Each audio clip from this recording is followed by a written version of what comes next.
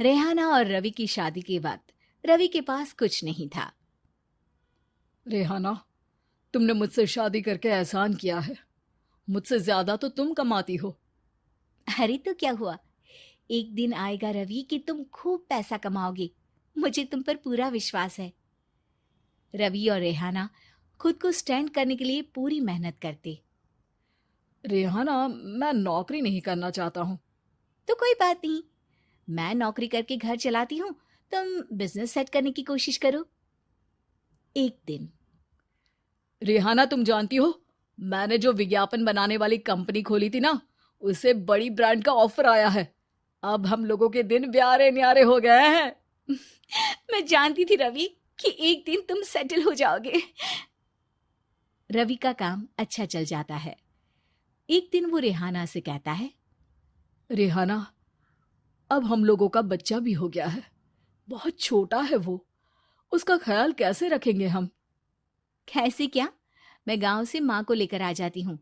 नौकरी से देखो रेहाना, मैं अब अच्छा कमा रहा हूँ। तुमको नौकरी करके परेशान होने की कोई जरूरत नहीं है। अरे कैसी बात कर रहे हैं, मैं अपनी लगी लगाई नौकरी कैसे छोड़ दूं। और मैंने तो सुना है हम लोगों को कुछ ही महीनों में सरकारी नौकरी मिल जाएगी। सरकारी नौकरी में कितना कमा लोगी? उतने में तो मैं ड्राइवर रख लूंगा। रेहाना को रवि की बात का थोड़ा बुरा तो लगता है। कम से कम मेरी नौकरी की इतनी बेइज्जती मत करो। भूल गए, इसी नौकरी के बदौलत तुमने अपना बिजनेस खड़ा किया है। अरे वो तो मैं किसी के भरोसे भी कर लेता। देखो, अपने बच्चे को संभालो, घर का काम करो। अब बाहर जाती तुम अच्छी नहीं लगती हो। रेहाना रवि के कहने पर नौकरी तो छोड़ देती है, लेकिन अब बड़े से घर में उसकी कीमत किसी नौकर से कम नहीं होती। एक दिन रवि का दोस्त आता है। भाभी, हम लोग तो आपको तब से जानते हैं जब से आप लोग शादी होकर इस शहर में आए थे। आपकी बदौलत ही सारा बिजनेस खड़ा हुआ है। ये किस्मत तो आप ही की है भाभी। हाँ हाँ भाई, हमारी मेहनत तो कुछ है ही नहीं। अरे होगी, लेकिन भाभी की किस्मत के आगे कुछ नहीं।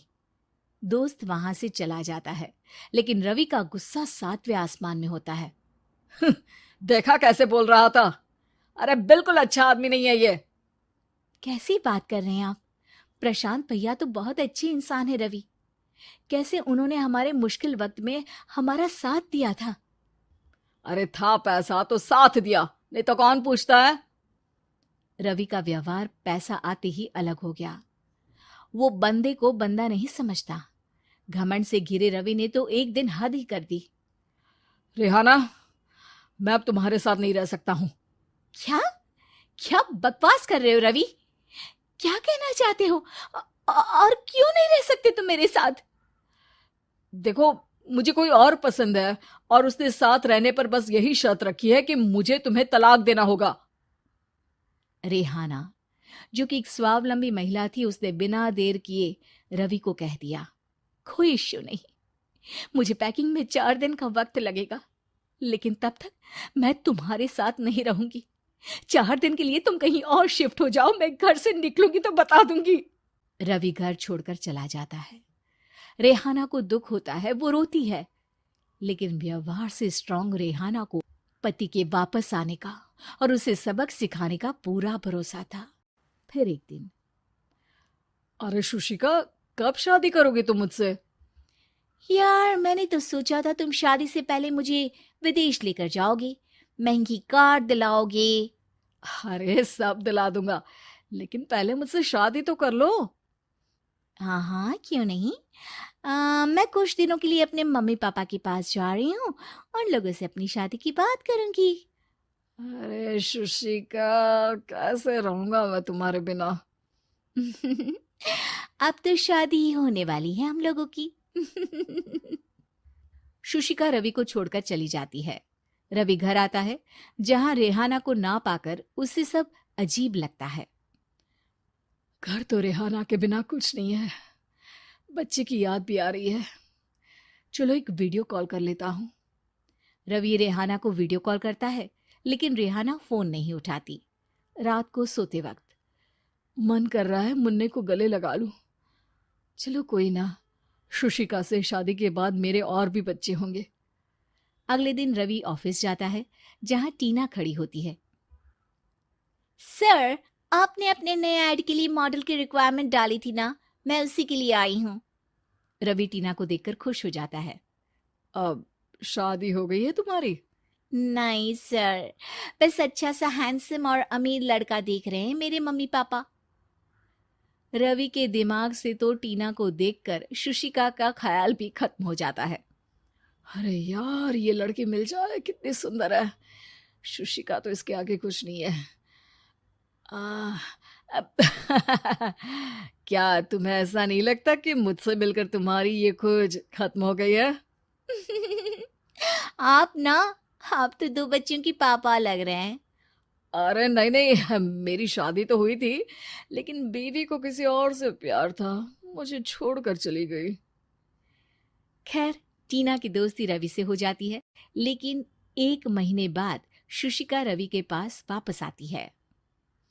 मेरे मम्मी पापा तुमसे मिलना चाहते हैं, लेकिन उन लोगों को ये मत बताना कि तुम पहले से शादीशुदा हो, और हाँ, शादी से पहले अपनी सारी प्रॉपर्टी तुमको मेरे नाम करनी होगी।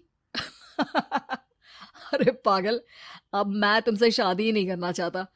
भला ऐसी लालची औरत से कौन शादी करेगा?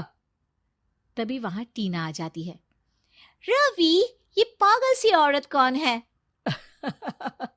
देखो, तुमने ही कह दिया ना पागल, तो पागल ही है। पता नहीं कौन है, कह रही है शादी कर लो, लेकिन शादी से पहले अपनी सारी प्रॉपर्टी मेरे नाम कर दो। बोल तो सही रही है। वैसे तुम जानती हो, मेरी एक सहेली है, उसके पति ने उसे पैसा आते ही छोड़ दिया, जबकि उसको खड़ा करने वाली ही मेरी सहेली थी। और मुझे भी भरोसा नहीं है। अगर मैं भी तुमसे शादी करूंगी तो तभी जब तुम मेरे नाम अपनी सारी प्रॉपर्टी कर दोगे। अरे हाँ हाँ, क्यों नहीं, बिल्कुल कर दूंगा। रवि और टीना की शादी की तारीख तय हो जाती है। वो अपनी सारी प्रॉपर्टी के कागज लेकर शादी वाली जगह पर पहुंचता है, लेकिन वहां टीना आती नहीं। रवि टीना को मैसेज करता है। कहाँ हो? सॉरी, मैं तुमसे शादी नहीं कर सकती, मुझे तुमसे भी ज्यादा पैसे वाला मिल गया। रवि को गुस्सा आ जाता है। वो गुस्से से सारा डेकोरेशन तोड़ रहा होता है कि वहां रेहाना आ जाती है। सर, क्या हो गया? क्या डेकोरेशन पसंद नहीं आई आपको? अ, तुम यहाँ क्या कर रही हो? मैं यहाँ की डेकोरेटर हूँ। क्या आपको पसंद नहीं आई यहाँ की सजावट? रवि दौड़कर रेहाना के गले लग जाता है। मुझे माफ कर दो रेहाना। रवि रेहाना के गले लग जाता है और रेहाना टीना को थैंक्स का मैसेज करती है।